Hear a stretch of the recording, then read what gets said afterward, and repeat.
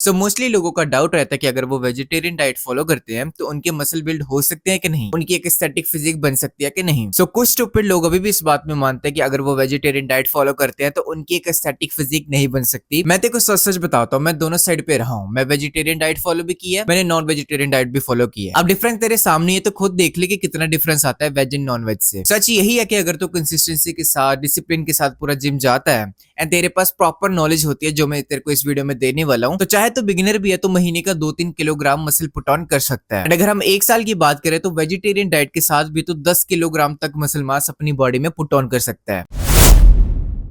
Mostly जितनी भी Indian meals होती हैं उसमें कार्ब्स बहुत ज्यादा होता है एंड प्रोटीन ना के बराबर होता है। अब वो टेस्ट वाइज बहुत अच्छी होती हैं, तुझे बहुत मजा आएगा खाने में कि इसके मुझे 100 ग्राम में 2 ग्राम प्रोटीन मिलने वाला, मैं प्रोटीन ही खा रहा हूँ। मेरा पड़ोसी यहाँ पे रहता है, वो मेरा बचपन का दोस्त है। जब उसने जिम शुरू किया था, अब तो चलो उसने छोड़ छाड़ दिया है, पर जब उसने शुरू किया था कहता मैं ना 10-10 रोटी खाता हूँ एक टाइम की, क्योंकि मुझे उस रोटी में से 30 ग्राम प्रोटीन मिलने वाला है।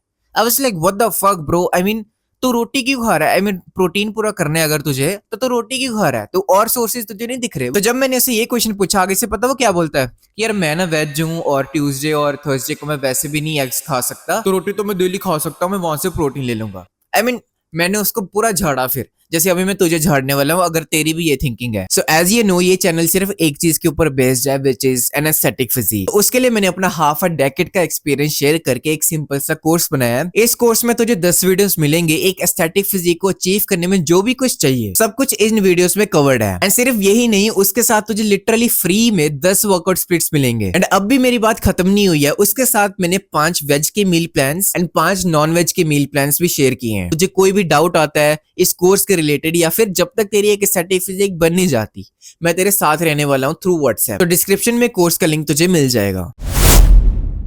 अब एक गैप और है कि जितने भी तो प्रोटीन सोर्सेज वेज के ले भी लेगा वो इनकम्प्लीट सोर्सेज होने वाले हैं। अब तो कहेगा कि यार मैं तो दाल खा रहा हूँ, दाल में प्रोटीन ही होता है, मैं ब्लैक चना खा रहा हूँ, मैं व्हाइट चना खा रहा हूँ, उसमें प्रोटीन ही होता है।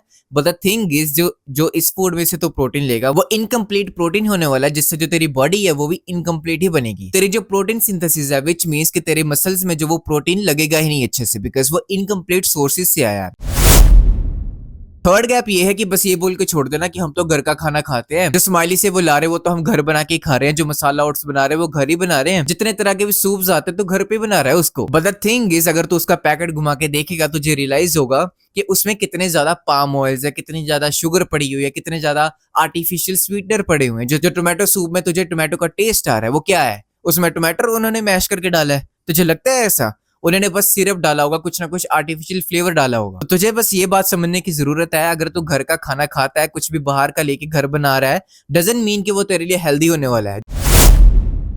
फोर्थ गैप है रेसिस्टिंग प्रोटीन पाउडर्स। अब तेरे ना घर वाले मानेंगे एंड कहीं ना कहीं तेरे दिमाग में भी ये होगा कि यार बेस्ट प्रोटीन पाउडर कौन सा है एंड उससे मेरी किडनी तो नहीं खराब हो जाएगी। अब सच सच बताना, कहीं ना कहीं ये तेरे दिमाग में भी डाउट होगा कि प्रोटीन पाउडर्स हेल्दी नहीं होते, तो घर का खाना खाओ, वेजिटेरियन फूड खाओ और आराम से बॉडी बनाओ। तो अगर तू ऐसी थिंकिंग लेके चलेगा तो आई डोंट थिंक सो तेरी कभी भी फिजिक बन सकती है। एंड अगर अब तू मुझे बोल रहा है कि नहीं नहीं यार मुझे पता है कि प्रोटीन पाउडर हेल्दी होते, बस मेरे घर वाले नहीं मानते, इनको समझा आके, मेरे घर आके इनको समझा एक बार कि प्रोटीन पाउडर हेल्दी होते हैं, वो किससे बनते हैं। ये लैक ऑफ नॉलेज, इतने मिस की वजह से ही तेरी बॉडी नहीं बन पा रही है।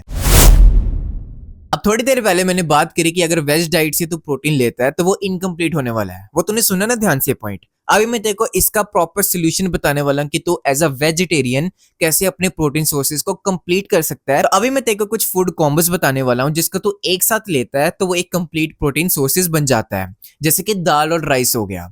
अब दाल में तेरे को प्रोटीन मिलने वाला है बट उसमें लाइसिन बहुत कम होने वाला है एंड मिथ्योनिन बहुत ज्यादा होने वाला है। अगर तू सोच रहा है ना कि ये लाइसिन मिथ्योनिन क्या है, ये बस अमीनो एसिड्स होते हैं। एक कंप्लीट प्रोटीन को कंप्लीट प्रोटीन कहने के लिए उसमें अमीनो एसिड की प्रोफाइल पूरी होनी चाहिए। तो ये जो फूड कॉम्बो है ना, ये तेरी अमीनो एसिड की प्रोफाइल को बिल्कुल कंप्लीट कर देगा। सिंपल भाषा में बताऊं तो तेरी बॉडी के लिए वो एक क्वालिटी प्रोटीन बन जाएगा। अब जैसे कि चने की सब्जी और रोटी होगी, अब चने में तुझे फिर लाइसिन अमीनो एसिड मिल जाएगा। तो जो रोटी है वो जितने भी इस मील के गैप्स है उसको फिल करने वाली है। तो चाहे वो ब्लैक चना हो सकता है, चाहे व्हाइट चना हो सकता है, वो मैटर नहीं करता, बिकॉज उनकी अमीनो एसिड की प्रोफाइल लगभग सेम होती है।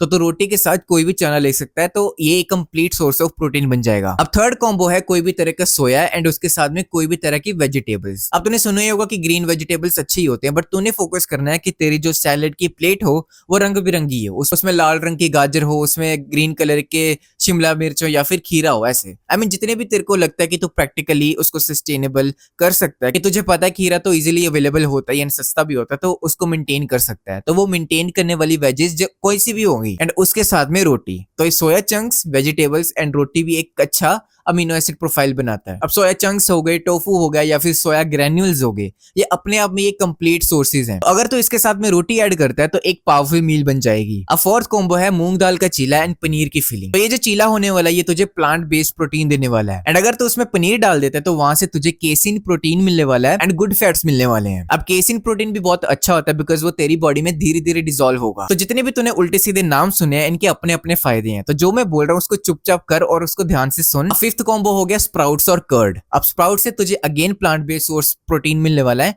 एंड जब तू कर्ड लेगा उसमें भी तुझे केसिन प्रोटीन मिलेगा एंड गुड फैट्स मिलेंगे।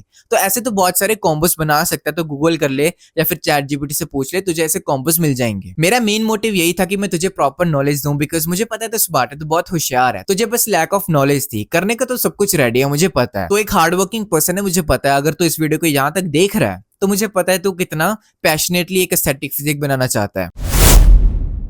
एंड अगर हम बात करते हैं वर्कआउट स्पीड की, तो अगर तो बिगिनर है तो कोई भी वर्कआउट स्पीड फॉलो कर सकता है। फुल बॉडी कर ले, पुश पुल लेग्स कर ले, ब्लो स्पीड कर ले, अपर लोअर कर ले, कोई भी वर्कआउट स्पीड तो फॉलो कर सकता है जो तुझे सस्टेनेबल लग रहा है अपनी बॉडी के हिसाब से। अब हम उस चीज की बात करने वाले हैं, चाहे तो डाइट अच्छे से फॉलो भी कर ले, तो ऐसे कॉम्बो में मील्स भी बना के खा ले, बट ये चीज को मिस कर देगा, इस चीज को नहीं समझेगा, तो तेरी एक एस्थेटिक फिजिक कभी नहीं बनने वाली। अब स्टार्टिंग में तेरा मन होगा कि तू वही एक्सरसाइज लगाए जिसमें तुझे पंप फील हो रहा है, बट तुझे पंप की तरफ नहीं स्ट्रेंथ की तरफ फोकस देना कि तेरी स्ट्रेंथ बढ़ रही है कि नहीं बढ़ रही। एंड बस मेक श्योर करना कि जोन सी भी तू एक्सरसाइज लगा रहा है उसको ट्रैक कर रहा है, सो दैट नेक्स्ट वीक तो उससे ज्यादा लगा पाए, जिसको हम प्रोग्रेसिव ओवरलोड बोलते हैं। या तो एक रैप ज्यादा लगा रहा है, या फिर 2.5 किलो की प्लेट ऐड कर रहा है, या फिर पहले तो 40 सेकंड्स का सेट लगाता था अभी तो 45 सेकंड्स का लगा रहा है। तो ऐसे करके मेक श्योर करना कि तू प्रोग्रेसिव ओवरलोड कर रहा है। तो चल अभी मैं चलता हूँ, मैं तेरे को मिलता हूँ अगली वीडियो में, तब तक अपना ध्यान रखना। एंड कोर्स का लिंक तुझे डिस्क्रिप्शन में मिल जाएगा, तो एक बारी देख लेना।